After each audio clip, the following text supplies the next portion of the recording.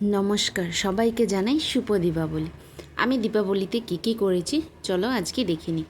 আমি ফুল আর পাতা দিয়ে কিছু গ্যান্দা ফুল আর আমার নিজের হাতে বানানো কিছু ক্যান্ডেলস দিয়ে আমি এরকম করে সাজিয়ে নিয়েছিলাম আলপনার মতো করে। আমি রং ইউজ করিনি বা সেখানে কোনো আবিরের ইউজ করিনি, আমি শুধু ফুল দিয়ে করেছি। দেখো, আমার তো খুব ভালো লেগেছিলো, কারণ আবির দিয়ে করলে কী হয় বলো তো, ওই পরিষ্কার করতে এটা অনেক টাইম লেগে যায়, তার জন্য আমি শুধু ফুল দিয়ে করেছি। আমরা চলে গেছিলাম একটু ঘুরতে। দেখো রাস্তাটা কত সুন্দর লাইটিং হয়ে গেছিলো সেদিন, অনেক ভালো লেগেছিলো। তারপর গেছিলাম একটা পুজো দেখতে, সেটা অনেক বড় করে একটা থিম হয়েছিল, এক টুকরো ভারত বলে হয়েছিল, সেখানে গেছিলাম, অনেক ভিড় ছিল।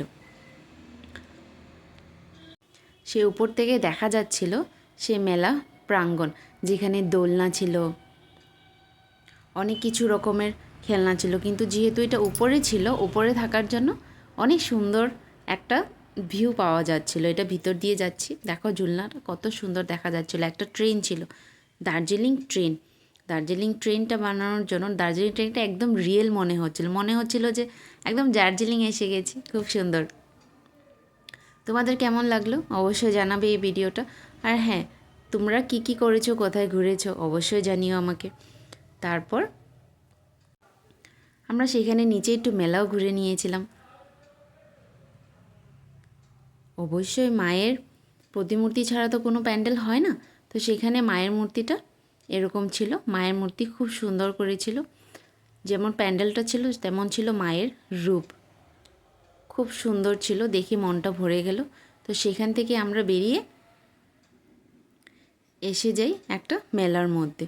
তো সেই মেলার মধ্যে অনেক কিছুই ছিল, সব কিছু যে থাকে পুজোর মধ্যে স্বাভাবিক। ওখান থেকে কিছু কেনাকাটা করে আমরা মায়ের প্রসাদ খেয়ে আমরা বেরিয়ে পড়েছিলাম ঘরের জন্য। এখানে পুতুলগুলো এত ভালো লাগছিল দেখতে, খুব কিউট ছিল, আর সব কিছুই ছিল। আর থ্যাংক ইউ সো মাচ যে ভিডিওটা তোমরা দেখেছো। অবশ্যই একটা সাবস্ক্রাইব করে দিও।